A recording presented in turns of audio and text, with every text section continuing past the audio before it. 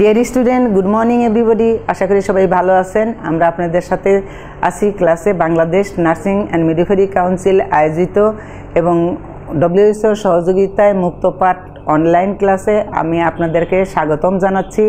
আজকে আপনাদের সাথে আমি যে বিষয়ে কথা বলবো, যে কোর্সের সাথে কথা বলবো, সেটা হচ্ছে diploma in nursing science and midwifery কোর্সের থার্ড ইয়ারের, সেটা সাবজেক্ট হচ্ছে মিডওয়াইফারি 1।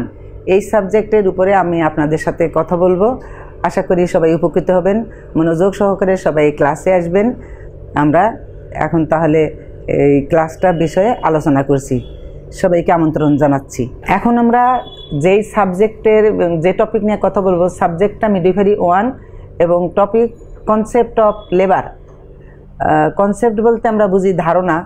এই ধারণা বলতে আমাদের এই যে ক্লাসটা আছে এখানে পুরো চিত্রটা লেবারের সম্পর্কে, কে কতটুকু ফ্যাক্টরস কী কী আছে আমরা সব জানব। যেমন লেবারটা কি, কাকে বলে, তারপরে কি কি ফ্যাক্টরসগুলো এখানে কাজ করে সেগুলো নিয়ে আমরা আলোচনা করব এবং কতটা স্টেজ আছে, কিভাবে লেবারটা হয় সেটা আমরা দেখব। এখন আমরা আসি মেইন ক্লাসে। লেবার লেবার মানে আমরা সবাই জানি পরিশ্রম। তো একজন মা যখন লেবারে যায় তার অনেক পরিশ্রম হয়। সেই পরিশ্রমটা কিভাবে হচ্ছে, কিভাবে আমরা পৃথিবীতে একজন মানুষ থেকে আরেকজন মানুষ আসছি সেটা সম্পর্কে আমরা জানবো। এটা একটা সিরিজ অফ ইভেন্ট। আমরা সিরিজ নাটক দেখি, সিরিজ গল্প শুনি, কিন্তু লেবারটা একটা সিরিজ অফ ইভেন্ট, বারে বারে ধাপে ধাপে আসতেছে। Takes place in the genital organs of a pregnant lady or mother in an effort to expel the viable products of conception from the womb to the exterior through vagina is called labor।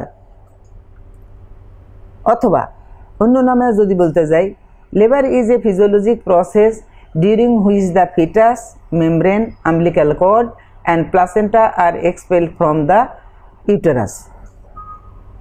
এটা গেল হলো আমাদের definition আকারে যদি আমরা জানতে চাই লেবারটা জিনিসটা কি। এখন এই জিনিসটা দেখতে গেলে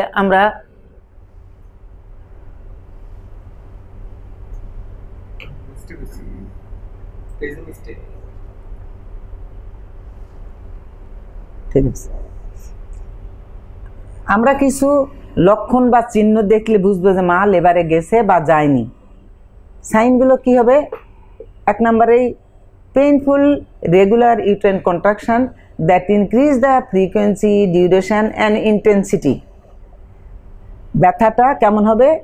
রেগুলার হবে ইউটেরাইন কন্ট্রাকশনটা, এবং ইনক্রিজ করবে ফ্রিকোয়েন্সি, ঘন ঘন কতবার আসতেছে, ডিউরেশনটা কত ব্যবধান থাকতেছে, এবং ইন্টেন্সিটি কত তীব্রতা এই ব্যথাটার আছে সেটার উপরে নির্ভর করে আমরা দেখব মা লেবারে সত্যি সত্যি গেছে কিনা। Blood stain mucus that is show present, progressive dilatation and effacement of the cervix, rupture of the amniotic membrane may be present or not, bulging of the bag of forewater। এগুলো দেখলে আমরা বুঝবো মা লেবারে গেছে।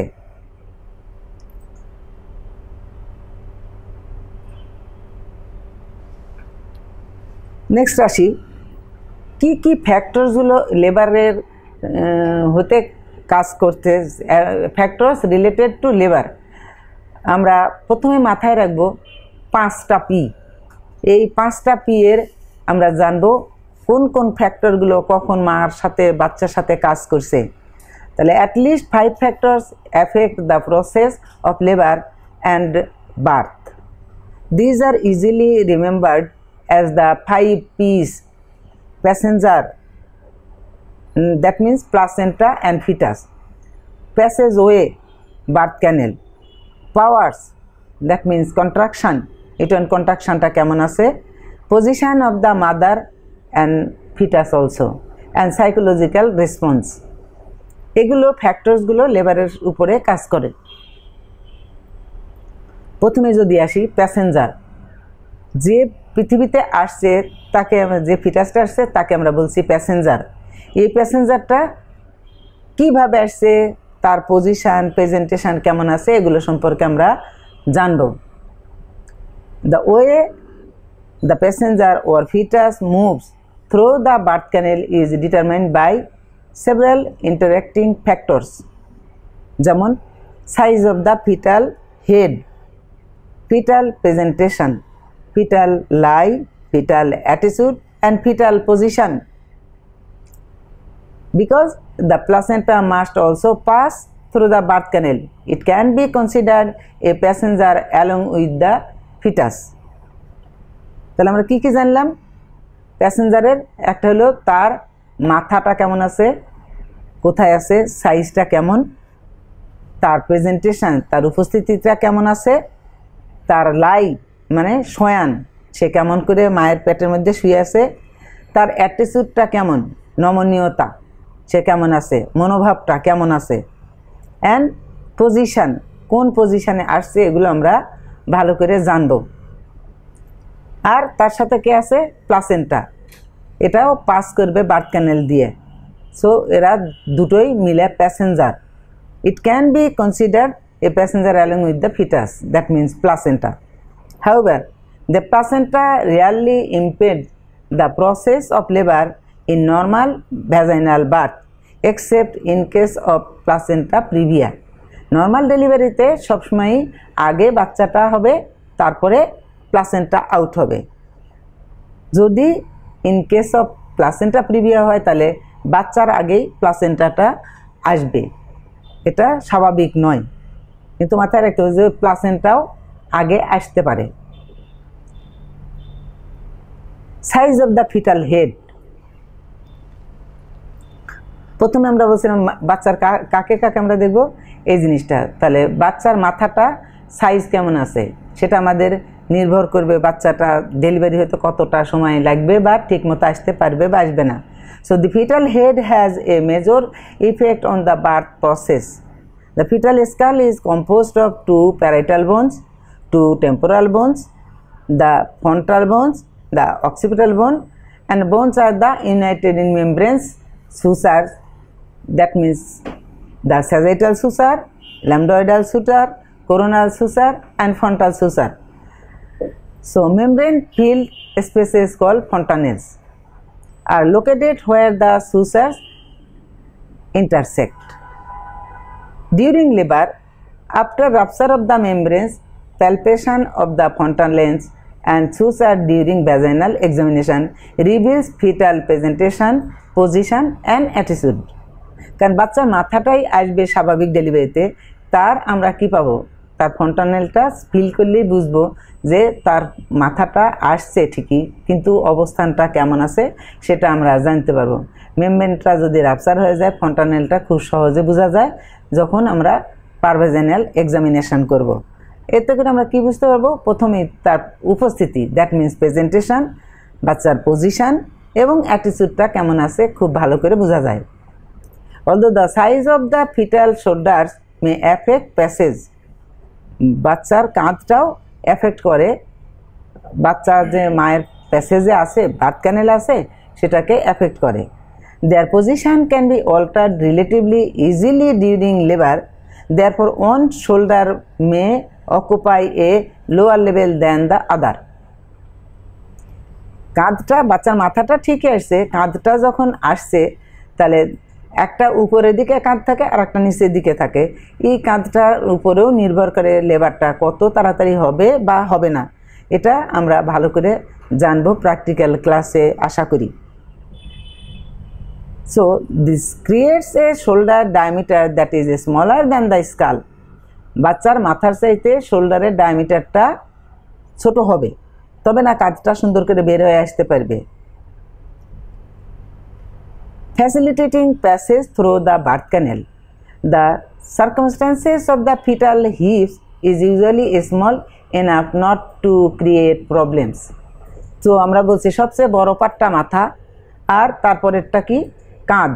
কাঁধটা যখন ঠিকমতো বের হয়ে আসলো ইজিলি বডিটা বের হয়ে আসতে পারে এবং হিপটাও বাধাগ্রস্ত হতে পারে আশা মনে করা যায়, কিন্তু আমরা খুবই আশাবাদী এবং এটা প্রত্যক্ষ দেখা যে কখনো এটা আটকায়নি, প্রবলেম সৃষ্টি করে নেই। যখনই মাথাটা বের হয়েছে, কাঁধটা বের হওয়ার পরে বডিটা ইজিলি বের হয়ে আসে, হিপ কোনো প্রবলেম করে না।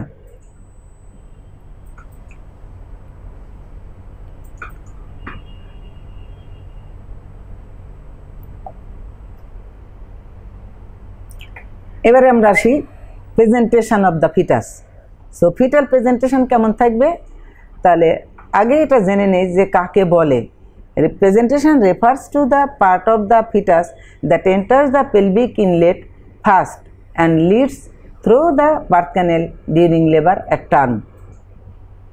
তার বাচ্চার মাথাটা যখন আসছে, প্রেজেন্টেশন সে মাথা হতে পারে, সেটা ভুরু হতে পারে, ফেস প্রেজেন্টেশন যদি হয়, ব্রিজ হলে বাটক আসতে পারে অথবা পা আসতে পারে, যেটাই আসুক, প্রেজেন্টিং পার্টটা যেটা আসছে পেলভিক ইনলেটে প্রথমে যেটা ঢুকছে সেটাকে আমরা বলবো প্রেজেন্টেশন। অ্যাট বার্থের সময় এক টার্মে যেটা আসছে সেটাকে আমরা ধরে নেব।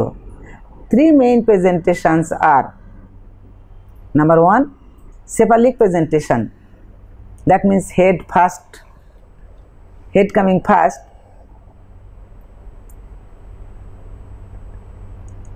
কত পার্সেন্ট হবে? Occurring in 96% of birth. Breech presentation, buttocks or feet first, occurring in 3% at birth. And shoulder presentation seen in 1% of birth. এখানে একটু বলে রাখছি, সেফালিক প্রেজেন্টেশনের আমরা সেফালিক ধরে নিলাম, কিন্তু এটারও আবার ভাগ আছে। একটা হলো ভার্টেক্স প্রেজেন্টেশন, আর একটা হচ্ছে ফেস এবং ব্রাউ। মেন্টাম যখন চলে আসে, বাকিগুলো ঠিক আছে। এবার আসি আমরা প্রেজেন্টিং পার্ট। প্রেজেন্টিং পার্টটা কি জিনিস? Refers to that part of the fetal body first felt by the examining finger during a vaginal examination. কোন অংশটা আসছে বাচ্চার সেটা আমরা বুঝতে পারবো কী করে? পার ভ্যাজাইনালি এক্সামিনেশন করে এটা বুঝতে পারবো বাচ্চার কোন অংশটা প্রথমে পেলভিক ইনলেটে আসছে। এখানে বাচ্চার প্রেজেন্টেশন কীভাবে হতে পারে এটা আমরা একটু দেখি। ফিটাল প্রেজেন্টেশন একটু দেখি, কত পার্সেন্ট বলছিলাম? Cephalic presentation 96%। তার আবার 2 রকমের এখানে আমরা দেখছি। একটা ভার্টেক্স প্রেজেন্টেশন, মাথাটার যে অংশটা মায়ের পেলভিক ইনলেটের অ্যান্টেরিয়রলি দিয়ে আছে সেটা হচ্ছে ভার্টেক্স। দ্যাট মিন্স মাথাটা সুন্দর করে অ্যাটিটিউডটা তার কেমন আছে, ফ্লেক্সড হয়ে আছে, করে সুন্দর করে মাথাটা দিয়ে আছে। নেক্সট ছবিটাতে আমরা দেখছি ফেস বা ভুরু, ফেস প্রেজেন্টেশন। মাথায় কিন্তু আসছে, সামনের দিকে মাথায় আছে, কিন্তু সরাসরি ভার্টেক্সটা না দিয়ে মুখটা সামনের দিকে দিয়ে আসছে। নেক্সট ছবি আমরা দেখি শোল্ডার প্রেজেন্টেশন, কাঁধটা দিয়ে আসছে, পেলভিসের উপরে কাঁধ দিয়ে বসে আছে, অথবা ট্রান্সভার্স আড়াআড়ি হয়ে আছে। আমরা কি দেখতে পাচ্ছি? আড়াআড়ি হয়ে বসে আছে। তাহলে ওইটা কি সরাসরি বের হয়ে আসা সম্ভব মায়ের এই প্যাসেজ ওয়ে দিয়ে? এটা খুবই কঠিন কাজ, পারবে না। এটা গেল শোল্ডার প্রেজেন্টেশন। এটা নর্মাল ডেলিভারি কোনো মতেই সম্ভব না। পরের এই যে 3টা জিনিস ছবি আছে, 3টা ছবি ব্রিজ প্রেজেন্টেশনের। ব্রিজের কি হতে পারে? একটা হচ্ছে ফ্রাঙ্ক ব্রিজ, হাত গুটিসুটি করে মাথাটা নিচে করে দিয়ে আসছে, আর পা 2টা লম্বা করে মুখের দিকে দিয়ে আসে।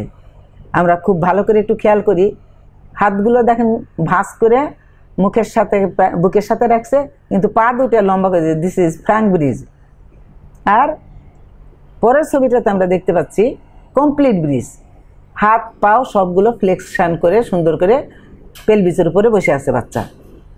আর আরেকটা হলো ইনকমপ্লিট ব্রিজ, এটা বা ফুটলিং ব্রিজ, বসে আছে, হাত পাও হাতগুলো সব ভাঁজ করে গুটিসুটি, কিন্তু পা একটা নিচে দিয়ে নামায় দিছে। আমরা কি দেখতে পাচ্ছি? অবশ্যই দেখতে পাচ্ছি, আশা করি। তাহলে এই অবস্থানগুলো থাকলে এটার আমরা ব্রিজ ডেলিভারি নিজেরা ডেলিভারি করতে পারি। যদি আরও অন্য অন্য পজিশান বা মায়ের কন্ডিশান, বাচ্চার কন্ডিশান ভালো থাকে, তাহলে আমরা নর্মালি মিডওয়াইফরা করতে পারবো। কিন্তু শোল্ডার প্রেজেন্টেশন যেটা আমরা দেখছি, এটা কোনো মতেই সম্ভব না। তাহলে ফিটাল প্রেজেন্টেশন আমরা কত ধরনের হয় এটা আমরা একটু দেখতে পাইছি। এবারে আসি আমরা যে ফিটাল যে সেপালিক প্রেজেন্টেশন হয়েছিল সেটা থেকে presenting part is usually the occiput, in a breast presentation it is the sacrum, and in the shoulder presentation it is the scapula. That means acromion process of the scapula.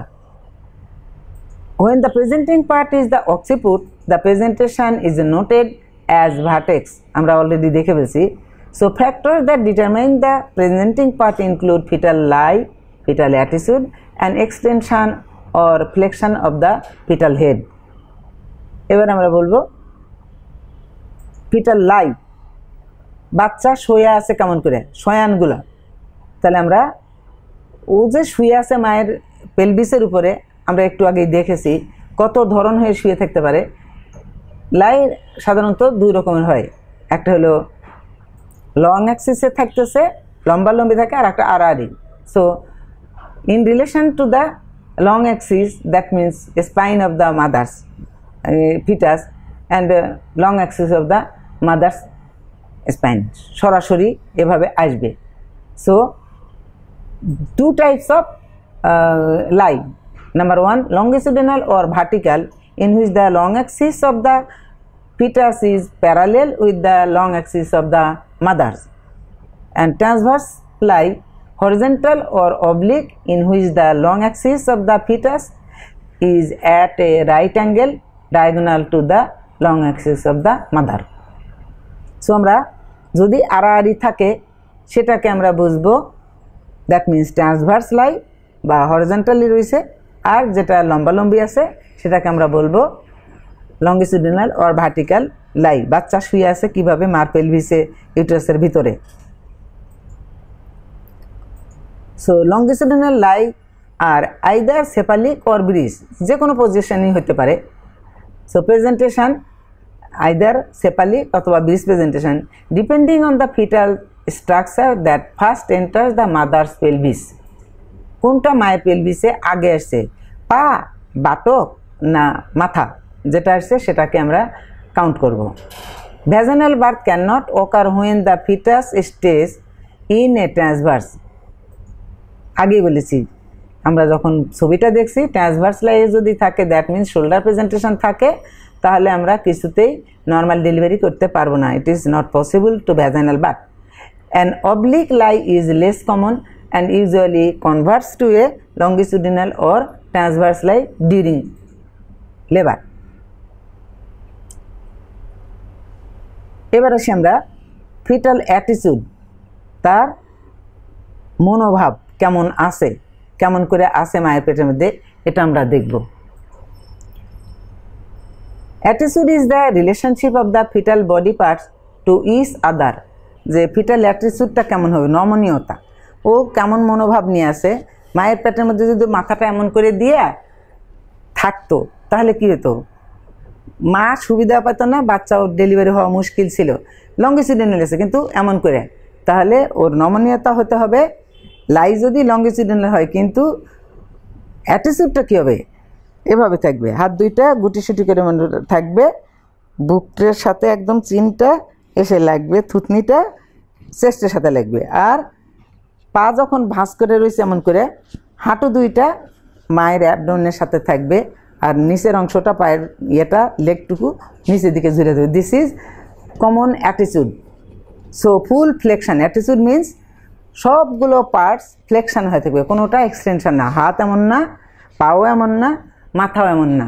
So এইগুলো আমাদের মাথায় রাখতে হবে, এবং এটা আমরা খুব ভালো করে যখন বইতে দেখব বা আর অন্য কোথাও আমরা দেখতে পাই বা প্র্যাকটিক্যাল ক্লাসে আসলে আমরা বাচ্চা দিয়ে আপনাদেরকে সুন্দর করে দেখাতে পারবো। ঠিক আছে, তাহলে আমরা এটা জানছি অ্যাটিটিউড মানে ফুল ফ্লেকশন, কমপ্লিটলি ফ্লেকশনটাকে আমরা বলবো অ্যাটিটিউড, গুড অ্যাটিটিউড, বাচ্চার অ্যাটিটিউডটা গুড আছে। সো নর্মালি কি থাকে, the back of the foetus is rounded so that the chin is flexed on the chest. আমি দেখাইছি বুকের সাথে থুতনিটা লেগে থাকবে বাচ্চার।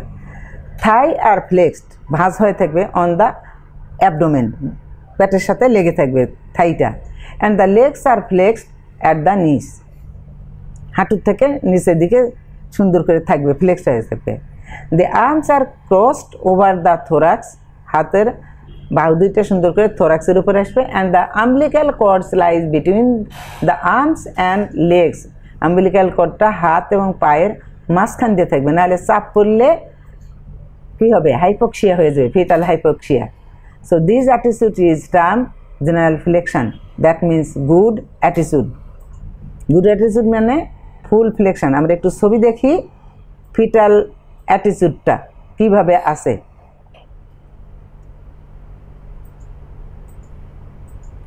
দুইটা ছবি পাশাপাশি আছে, আমরা যদি এই ছবিটা দেখি, এই ছবিটাতে ফুল ফ্লেকশন আছে, আমরা খুব ভালো করে খেয়াল করব। দেখেন হাত দুইখান সুন্দর করে ভাঁজ করে বুকের উপর দেওয়া আছে, মাথাটা ভাঁজ করে চেস্টের সাথে লাগানো আছে, থাইটা ভাঁজ করে, হাঁটুটা ভাঁজ করে পেটের সাথে লাগাই রাখছে, পাও দুইটা সুন্দর করে নিচের দিকে নামায় দিয়েছে। ঠিক আছে, সবগুলো পার্ট একটা পার্ট আরেকটার সাথে সুন্দর করে ভাঁজ হয়ে একটা আরেকটার সাথে লেগে আছে।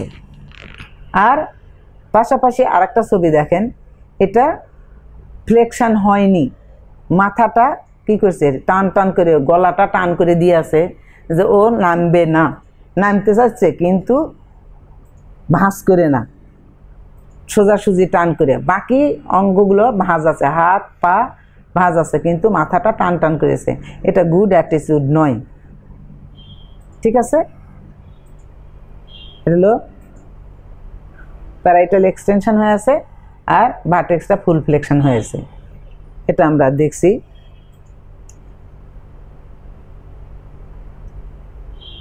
So deviation from the normal attitude may cause difficulties in childbirth,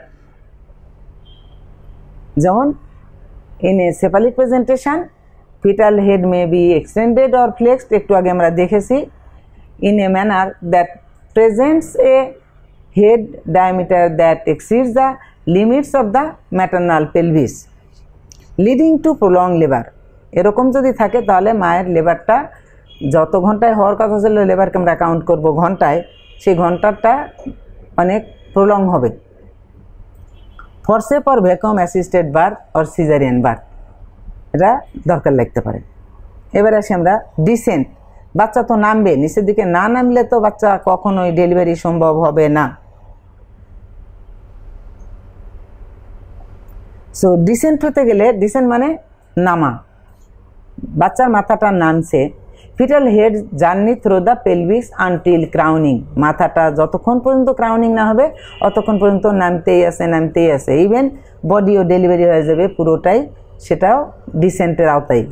so position, এবার আসেন আমরা পজিশান দেখি। Position refers to relationship of foetal reference point to one or four quadrants or sides of the mother pelvis. মায়ের পেলভিসটাকে যদি আমরা 4 ভাগে ভাগ করি, রাইট অ্যান্ড লেফট আর অ্যান্টেরিয়র অ্যান্ড পোস্টেরিয়র ভাগ করি, তাহলে বাচ্চার যে অংশটা মায়ের যে কোয়াড্রেন্টের সাথে, অথবা ফিটাল পার্ট যেটা, যে অংশটাই আসছে সেটা, যে অংশটা মায়ের যে সাইডে, রাইট সাইড অথবা লেফট সাইডে, সামনে অথবা পিছনে দিয়ে আসছে, সেটার উপরে নামকরণ হবে। নাম্বার 1 যদি আমরা দেখি, ডিনোমিনেটরটা, foetal position is determined by the following denominator. 1 number denominator আমরা দেখব maternal pelvis side, left and right.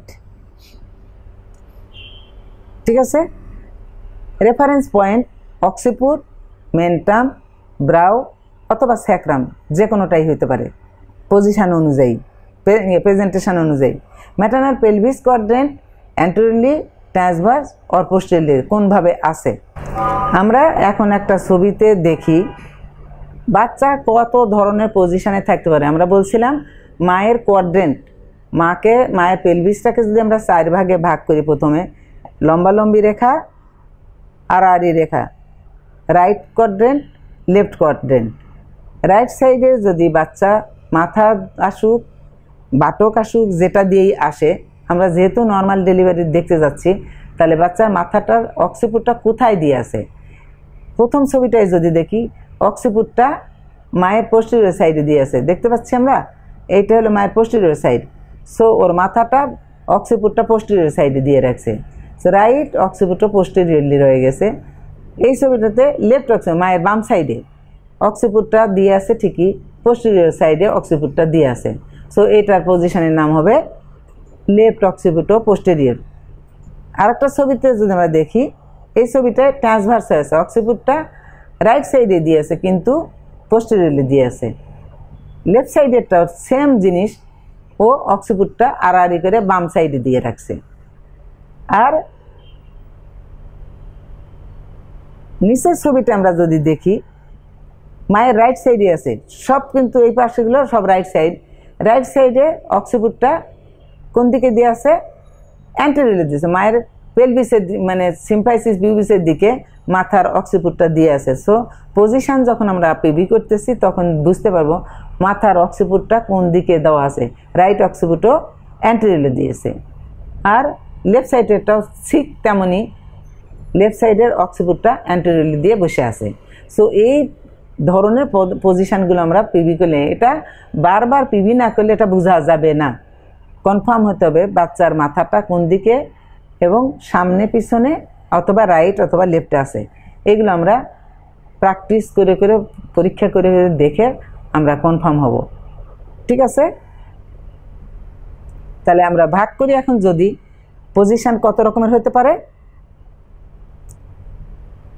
6 রকমের। আর সরাসরি যেটা ধরবো সেটা দুইটা দিয়ে 8 রকমের হয়। So left occipito anterior, left occipito posterior, left occipito transverse, right occipito anterior, right occipito posterior এবং রাইট অক্সিপিউটো ট্রান্সভার্স। এই পজিশনগুলো আমরা সাধারণত পাই, আর ডাইরেক্টলি অ্যান্টেরিয়র পোস্টেরিয়রই থাকতে পারে। এবার আসি আমরা স্টেশন। এই স্টেশন মানে বাস স্টেশনও না, ট্রেন স্টেশনও না, বাট স্টেশন। তাহলে কী হবে? স্টেশনে আমরা প্যাসেঞ্জারে আগাতে গেছি, ভিআইপি পার্সন আসতেছে, উনি আসছেন, কোন স্টেশনে আছেন, কত দূর আছেন, আমরা বারবার ফোন করে করে জানছি আর কত দূর আছেন, আমাদের এই ভিআইপি গেস্ট কোথায় আছেন, কত দূরে আসছেন, আমরা বারবার পিভি করে মেপে মেপে দেখে ওনার আসন্ন যেই স্টেশনে আসার কথা সেখানে আসছেন কিনা সেটা আমরা কনফার্ম হব। সো স্টেশন জিনিসটা কি? Degree of engagement from presenting part to ischial spine, that means station 0 means at ischial spine. আমরা যদি পেলভিস বোন পড়ে থাকি অবশ্যই জানি যে স্কিয়াল স্পাইনটা আমরা এটা অ্যানাটমিতে পড়ানোর সময় পড়া হয়েছে। ইভেন মিডওয়াইফারি যখন প্রথম শুরু করা হয়েছে তখনও এই পার্টটা পড়ানো হয়ে গেছে। সো পেলভিস বোনের স্কিয়াল স্পাইন আমরা জানি তো সবাই। সো স্কিয়াল স্পাইন বরাবরে যখন মাথাটা নামবে তখন আমরা ধরবো স্টেশন 0। মাইনাস স্টেশন কখন বলবো? Above the spine, and plus station is below the spine হলে আমরা ধরে নেব স্টেশনটা কোথায় আছে। স্টেশন মানে যিনি আসছেন আমাদের আগন্তুক, উনি কোন স্টেশনে অবস্থান করছেন। এখন আসেন এবার আমরা দেখি তাহলে কিভাবে আমরা মার্ক করব বা মাথায় রাখবো বা রেকর্ড বুকে লিখব সেটা আমরা একবার দেখি। At the level of scale spine 0 station, minus station above the scale spine, সেটা কত ভাগে ভাগ করা যাবে? -1 to -5 পর্যন্ত। দ্যাট মিনস সেন্টিমিটার, কত সেন্টিমিটার অ্যাবভ দ্য স্কেল স্পাইনে আছে অথবা বিলো দ্য স্কেল স্পাইনে আছে। মাইনাস চিহ্ন হবে যত উপরে আছে, সেটা স্কেল স্পাইন থেকে -1 সেন্টিমিটার থাকতে পারে, ইভেন -5 সেন্টিমিটার পর্যন্তও থাকতে পারে, একটু এনগেজ হয়নি। সো এটাকে বলবো আমরা আনএনগেজড। আর বিলো স্কেল স্পাইন বলবো প্লাস স্টেশন। যদি আমরা প্লাস বলি তাহলে 1 to মাইনাসের বেলায় যেমন 1 to 5 ছিল, প্লাসের বেলাও +1 to +5 পর্যন্ত আছে। সেই ক্ষেত্রে কত নিচে নেমেছে, বাচ্চার মাথা যত নিচে নামবে তত তো আমাদের জন্য ভালো, বাচ্চাটা তাড়াতাড়ি হবে। সো 5 যখন আমরা বলতেছি যে +5, অলরেডি বাচ্চা পেলভিক ফ্লোরে চলে আসে এবং দ্যাট মিন্স তখন দেখা যায় ক্রাউনিং অফ দ্য হেড হয়েছে। যে সময় মাথা এসে আর কখনো সরবে না, ওখান থেকে তাড়াতাড়ি ডেলিভারি হওয়ার জন্য মা বারবার প্রেশার দিবে এবং বাচ্চা ডেলিভারি হয়ে যাবে।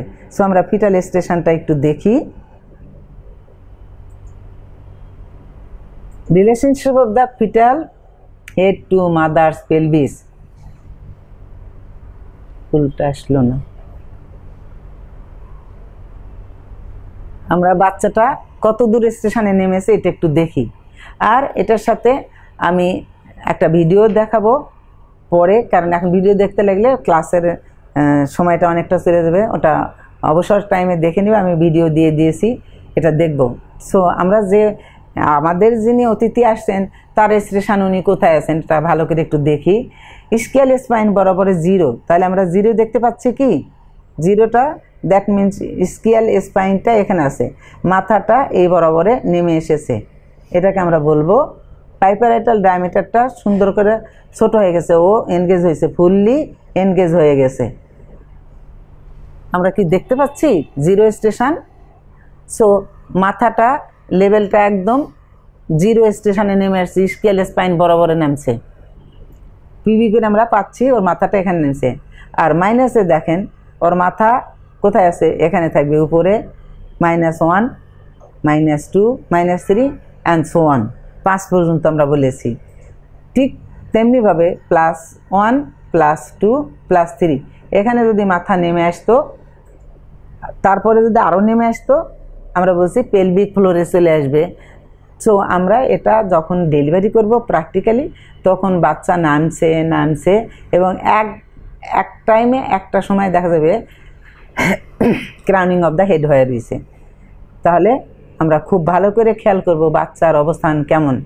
সো উনি বলতেছেন I am at 0 from here it's all positive, I am on my way out. So সে বের হওয়ার জন্য প্রস্তুতি নিয়ে নিছে, ঠিক আছে। এবারে আসি, এগুলো এতক্ষণ যেগুলো কথা বললাম সবগুলো ছিল প্যাসেঞ্জার রিলেটেড। উনি যিনি আসছেন তার সব আদ্যপান্ত, তার পজিশান কেমন, প্রেজেন্টেশন কেমন, অ্যাটিটিউড, লাই এবং উনি কোন স্টেশনে এসে অপেক্ষা করতেছেন সেটা আমরা জানতে পারছি। এবার আমরা জানবো প্যাসেজ ওয়ে, মানে যে পথটা দিয়ে উনি আসছেন প্যাসেজটা কেমন আছে, দ্যাট মিনস ম্যাটারনাল পেলভিস সেটা কেমন আছে। বার্থ ক্যানেলটা যদি ঠিক না থাকে বোঝায় কেমন করে, যদি বাচ্চার মাথাটা বড় হয়, যদি ওই পথটা ছোট থাকে, যে কোনোটাই হতে পারে। বোনটা যদি রিজিড হয়ে থাকে, সফট টিস্যুগুলো যদি সঠিকভাবে না থাকে, তাহলে বাচ্চা ডেলিভারি হওয়াটা খুবই কষ্টের। So passageway or birth canal is composed of the mother's rigid bony pelvis and the soft tissue of the cervix, pelvic floor, vagina and introitus, the external opening of the vagina, এটাকে আমরা বলবো birth canal. Although the soft tissues, particularly the muscular layer of the pelvic floor, সেটা কি করতেছে, contribute to vaginal birth of the fetus. The maternal pelvis plays a far greater role in the labor process because the fetus must successfully accommodate itself to this relatively rigid pathways. যে প্যাসেজটা দিয়ে বাচ্চাটা আসছে এটা যদি খুব rigid হয় তাহলে বাচ্চাটা বের হওয়াটা খুবই কষ্টকর। এক্ষেত্রে বাচ্চার মাথায় চাপ লাগবে, দেখা যাবে ক্যাপুট হয়েছে, ইভেন সেপাল হেমাটোমা পর্যন্ত হতে পারে। So therefore the size and shape of the pelvic must be determined before child birth begins. বাচ্চা ডেলিভারি হওয়ার আগেই আমরা পেলভিসটার মেজারমেন্টটা জেনে নেব। অবশ্যই আমরা পেলভিস পড়ার সময় জানছি, তাই না, যে অ্যান্টিপোস্টেরিয়র ডায়ামিটার কতটুকু হবে, তারপরে ট্রান্সভার ডায়ামিটার কতটুকু হবে, অবলিক ডায়ামিটার কতটুকু হবে, এগুলো আমরা সব পড়া জিনিস। তো আগে যদি জানি যে এই পেলভিসটার ধরন কেমন আমরা অবশ্যই জানছি, তারপরে একটুখানি রিক্যাপ করার জন্য আমি দিয়েছি কয় ধরনের পেলভিস হতে পারে। নাম্বার 1 গাইনিকয়েড পেলভিস, যেটা আমরা একজন ফিমেলকে আশা করতে পারি বাচ্চাটা হবে, তার যেহেতু গাইনিকয়েড পেলভিসটা সঠিক আছে, সেটা শেপ কেমন হবে, রাউন্ড শেপ, এটা আমরা খুব ভালো করে মাথায় রাখবো। পরীক্ষায় প্রশ্ন আসে আইদার এই পরীক্ষার জন্য অথবা লাইসেন্সিং এক্সামিনেশনের জন্য প্রস্তুত থাকবা তোমরা, যে মায়েদের যে পেলভিসটা, ফিমেল পেলভিসটার শেপটা কেমন। Number 1 round shape. Android pelvis resembling the male pelvis. This type of pelvis is for male, and what is the shape of that pelvis is heart shape. So আমরা মাথায় রাখবো শেপগুলো। Anthropoid resembling the pelvis of anthropoid কীভাবে হবে? Oval shape, anteroposteriorly wide. এটার প্রত্যেকটা অ্যান্টিওপোস্টারলি যদি wide হয় তাহলে সাইডটা চাপ হলে বাচ্চা ওখানে থাকবে কী করে, নামবে কী করে, খুব কষ্টের। Platypelloid pelvis, that pelvis is flat, চ্যাপটা হয়ে রয়েছে, ও তো কেমন করে ওর মধ্যে বাচ্চা আসবে, সো ট্রান্সভার্সলি ওয়াইড থাকে। আমরা এই কথাগুলো আগেও পড়ছি, বাট এই মুহূর্তে যেহেতু আমরা মিডওয়াইফারি পড়ছি, খুবই ক্রুশিয়াল আমরা পেলভিসের টাইপগুলো জানতে এবং কত রকমের। এবং একটা পেলভিসের আমরা জানছি, এটাকে আমি স্কেপ করে যাচ্ছি, আবারও ভালো করে পড়ে নিবা তোমরা, আশা করি বই দেখে। একটা পেলভিসের ইনলেট আছে, পেলভিক ইনলেট, পেলভিক ক্যাভিটি এবং পেলভিক আউটলেট আছে। তো এগুলো আমরা খুব ভালো করে দেখে নিব। আমি এখানে দিয়ে দিয়েছি একটু জানার জন্য, যে তোমরা যেন ভুলে না যাও যে এই জিনিসটা আমরা তো সেই ফার্স্ট ইয়ারে পড়ছিলাম, মনে নাই। এখন আমাদের মাথায় রাখতে হবে পেলভিক ক্যাভিটিটার মেজারমেন্ট কেমন, পেলভিক আউটলেটের মেজারমেন্ট কেমন এবং ইনলেটের মেজারমেন্ট কেমন। সো আমি এটাকে স্কেপ করে যাচ্ছি, দিয়ে দিয়েছি ভালো করে পড়ার জন্য, মাথায় রাখবা। নেক্সট ওয়ান, কম্পোনেন্ট বা ফ্যাক্টরস, খুবই খুবই গুরুত্বপূর্ণ। দ্যাট মিন্স পাওয়ার, ক্ষমতা, তাই না? কত শক্তি আছে, কার কত শক্তি। সো শক্তি দিয়ে বাচ্চা, আমরা আগে বলছিলাম লেবার, লেবার মানে কি, শ্রম দিতে হবে। তো সেই ক্ষেত্রে শক্তি দিয়ে বাচ্চাটা বের হয়ে আসবে। একটা মানুষ থেকে আর একটা মানুষ পৃথিবীতে আসছে, কতটুকু শক্তির দরকার, কতটুকু পাওয়ারের দরকার। So involuntary and voluntary powers combines to expel the fetus and the placenta from the uterus. দুজনই ভিতরে রয়ে গেছে, বলছি না প্যাসেঞ্জার, একজন হলেন বাচ্চা আর একজন হলেন ফুল, দুজনই ভিতরে রয়ে গেছেন। তো দুজন তো বের হবে। এক সময় আদর করে করে নিয়ে নেওয়া হয়েছিল, ইউটেরাস নিয়ে নিয়েছিল আদর করে করে বাচ্চাটাকে তার ভিতরে ঢুকে নিয়েছে। এখন ফর দ্য টাইম বিং কিছুদিন ওখানে রাখার পরে বলছে, তুমি বাবা আমার বাড়ি থেকে বেরো, তুমি আমার বাড়িতে আসছিলে, এবারে তুমি আমার বাড়ি থেকে বেরো। সো বের হওয়ার সময় তাহলে কি এমনি এমনি বের হয়েছে, ও তো বেরোতে চাইবে না, ধাক্কা দিয়ে বের করে দিচ্ছে। সো এবারে ধাক্কাটা কতটুকু, কত শক্তিশালী, এই জিনিসটার উপরে নির্ভর করে আমাদের বাচ্চা কত তাড়াতাড়ি হবে বা হবে না, কন্ডিশন কেমন আছে, এটা আমরা জানবো। এক নম্বর হলো primary powers, that means signal the beginning of labour. ব্যথা শুরু হয়েছে, একটা সিগন্যাল দিল, বাচ্চা হবেই। So once the cervix has dilated, voluntary bearing down efforts by the woman term the secondary powers. এখানে কি হবে ঘটনাটা, augment the force of the involuntary contraction.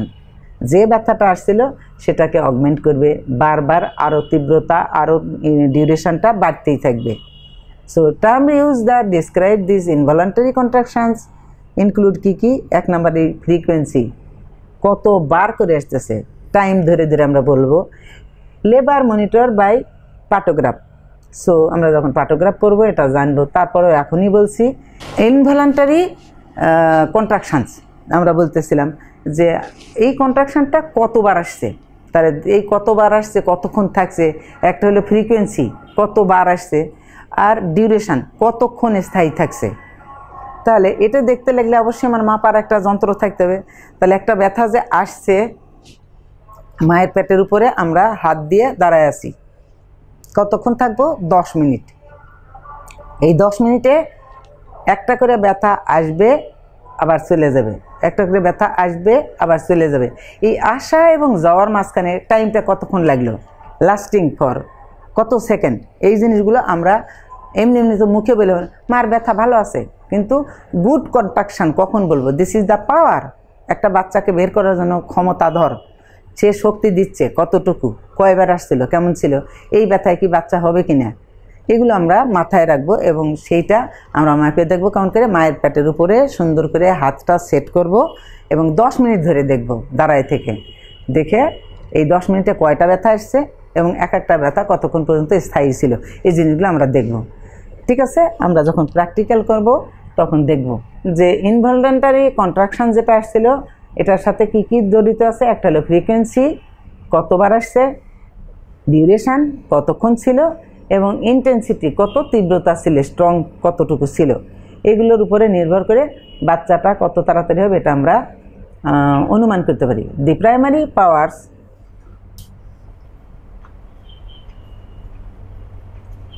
are responsible for the effacement and dilatation of the cervix and descent of the fetus.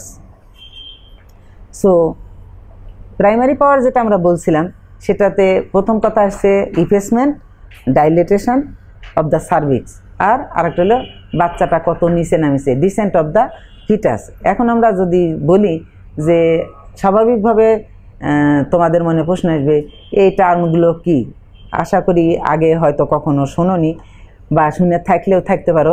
আমি একটু clear করে বলবো। ইফেসমেন্টটা হচ্ছে যে আমরা সবাই জানি যে সার্ভিক্সের দুইটা অস আছে, একটা হলো ইন্টারনাল অস আর একটা এক্সটার্নাল অস।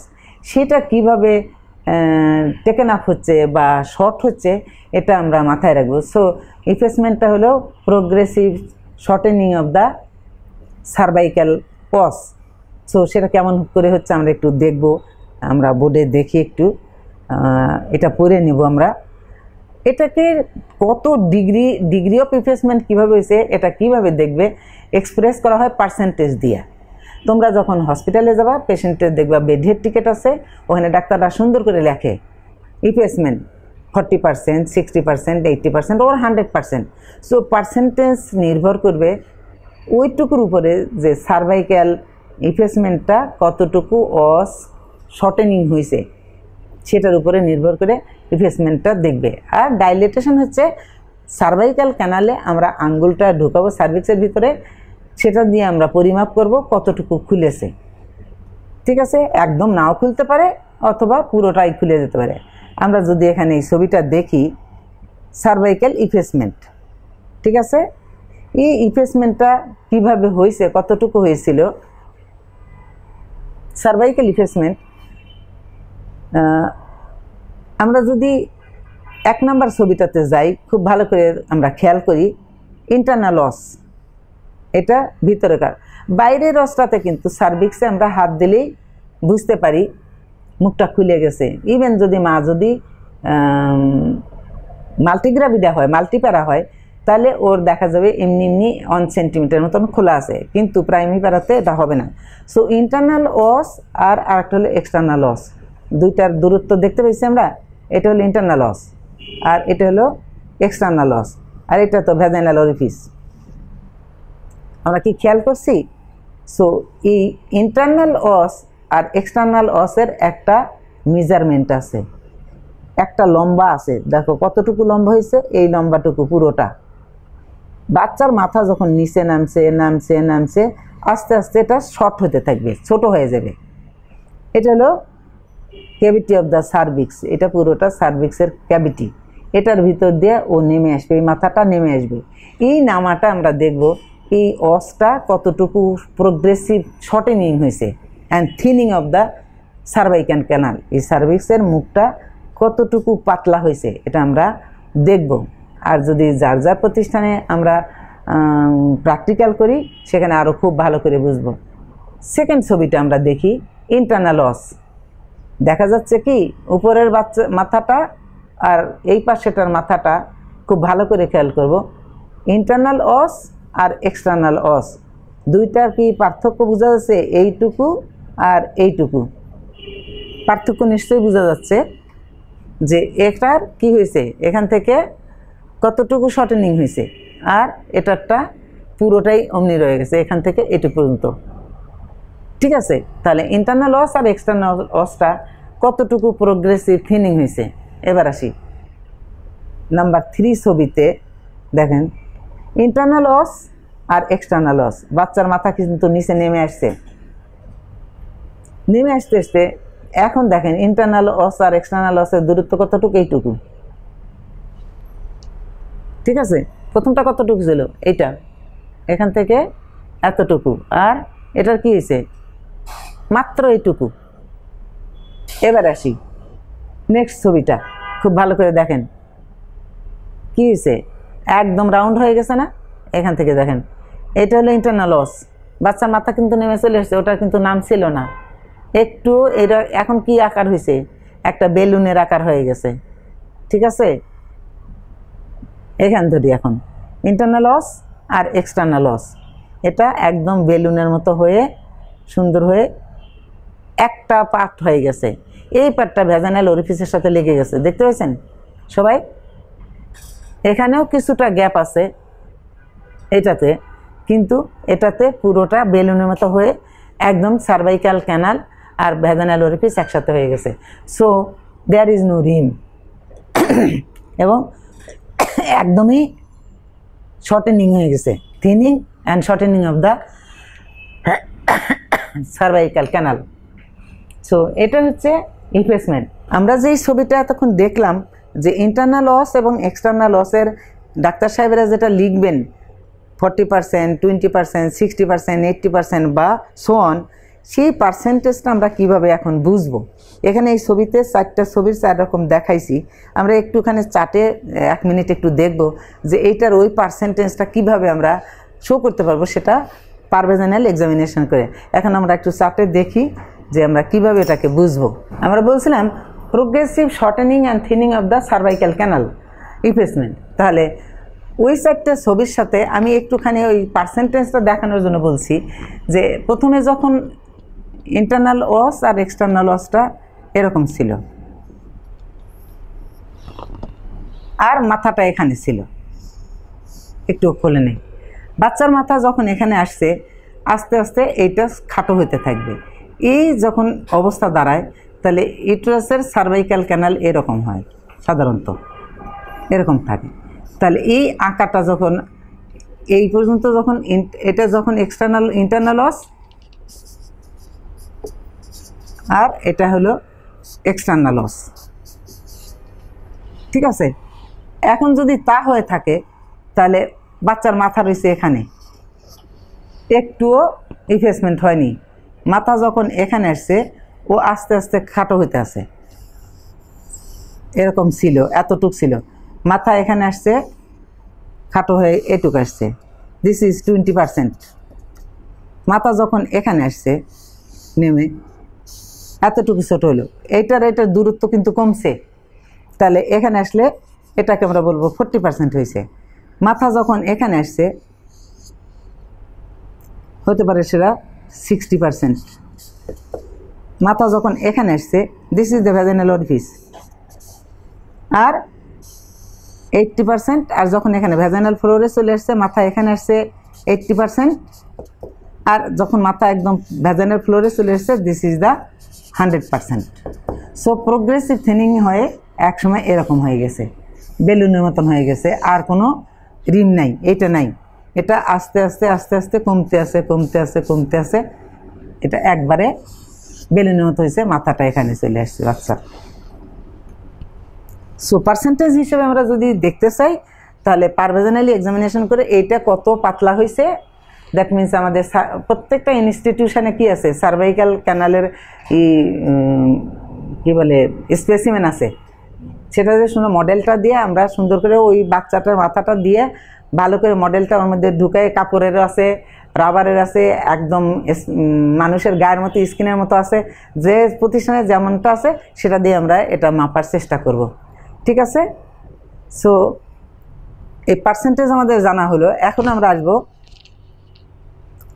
ডাইলেটেশন। প্রথমটা বলছিলাম ইফেসমেন্ট, এবারে আসবো আমরা ডাইলেটেশনে। সার্ভিক্সের 2টা কন্ডিশন, একটা বলছিলাম ইফেসমেন্ট আর একটা বলছি ডাইলেটেশন। সো ডাইলেটেশনটা বলতেছি cervix is enlargement or widening of the cervical opening and the cervical canal that occurs once labor has begun. The diameter of the cervix increases from less than 1 cm to full dilatation. That means আমরা ধরে নিই approximately 10 cm to allow birth of a term fetus. When the cervix is fully dilated and it is completed, that means that retracted this one, it cannot longer be palpated. Full cervical dilatation marks the end of the first stage of labor. তাহলে আমরা বলছি 0 centimetre বা 1 centimetre থেকে শুরু করে 10 centimetre পর্যন্ত না হওয়া পর্যন্ত বাচ্চা আশাই করা যায় না যে বাচ্চা নামবে। সো আমরা এটা ভালো করে খেয়াল করব। In the first and second stage of labour, increase intrauterine pressure caused by contraction exerted pressure on the descending fetus and the cervix. When the presenting part of the fetus reaches the perineal floor, mechanical stressing of the cervix occurs, কারণ আমরা tracing হচ্ছে। So সেক্ষেত্রে এটা রিসেপ্টরগুলো কি করে anterior posterior vaginal retraction হতে থাকবে, and that causes the release of endogenous oxytocin that triggers the maternal urge to bearing down, that means Ferguson reflex জিজ্ঞাসা করা হয়। আমি যেন এটাকে বোল্ড করে দিয়েছি, সবাই মাথায় রাখবা ফার্গাসন রিফ্লেক্স কী জিনিস, পরীক্ষায় যদি থাকে তাহলে বলতে হবে যে এটা কী জিনিস। সো আমি অনেকগুলো কথা পরীক্ষার কথা সংক্রান্ত বলেছি। আমি আশা করি সবাই আমার কথাগুলো শুনতে পাইছো, বা লেকচার যেটা দেওয়া হয়েছে সেটা চোখেও দেখতে পাবা। তো আমি এই ক্লাসের ফাঁকে ফাঁকে কিন্তু কথাগুলো বলছিলাম, এখন আবারও বলছি যে এই পার্টটুকু আমরা পড়ালেখা করলাম, এটা প্রথম পার্ট। এই পার্টের আমাদের সাবজেক্ট বলেছি মিডওয়াইফারি 1, টপিকটা বলেছিলাম কনসেপ্ট অফ লেবার। প্রথম পার্টের আমার এখনকার মতো এখানেই শেষ করছি। এর আগে শেষ করার আগে তোমাদের সাথে আমি আরেকবার বলতেছি কিছু সামারি হিসাবে আমরা কি কি আলোচনা করছিলাম। একটা বলেছি লেবার জিনিসটা কি, লেবারটার কি কি ফ্যাক্টরসগুলো আছে। ফ্যাক্টর আমি বলছিলাম 5টা পি আছে, এই 5 পি এর একটা পি হচ্ছে প্যাসেঞ্জার, আর একটা পি বলেছি প্যাসেজওয়ে মানে বার্থ ক্যানেল, আর একটা বলেছি পাওয়ার। বাকিগুলো রয়ে গেছে আমরা পড়ব। কিন্তু এখন পর্যন্ত যেটুকু আলোচনা করছি সেই আলোচনার মধ্যেই কিন্তু আমি বলেছি কোন কোন জিনিসগুলো পরীক্ষাতে আসে সাধারণত এবং এটা একান্তই জানা দরকার। সেটা হলো যেমন বোল্ড করে দিয়েছি তোমাদের কথাগুলো, অথবা বলেছি নট অনলি ক্লাস এক্সাম বা হিসাবে ক্লাসের ফাঁকে ফাঁকে তোমাদের কম্প্রিহেনসিভ পরীক্ষাতেও এই প্রশ্নগুলো থাকে। আমি বলবো মনোযোগ সহকারে লেকচারগুলো ভালো করে দেখবে এবং পড়ালেখা করবে। আমাদের প্রথম পার্টের আজকের এখানেই শেষ করতেছি। এই পার্টের যে কথাগুলো আমি বলেছি এর মধ্যে থেকে কোশ্চেন হয়তো পরের পার্টে তোমাদেরকে আমি দিয়ে দেবো বা জিজ্ঞাসা করব। আশা করি সবাই বুঝতে পারছো এবং সেগুলো কমেন্ট বক্সে লিখলে উত্তরগুলো আমরা পাইলে জানবো যে না তোমরা আমাদের কথাগুলো শুনছো বা বুঝেছো। তো আর কিছু বলতে চাচ্ছি না, সবাই ভালো থাকো। সবাইকে শুভকামনা করে আমার ক্লাস এখানেই শেষ করছি। আল্লাহ হাফেজ।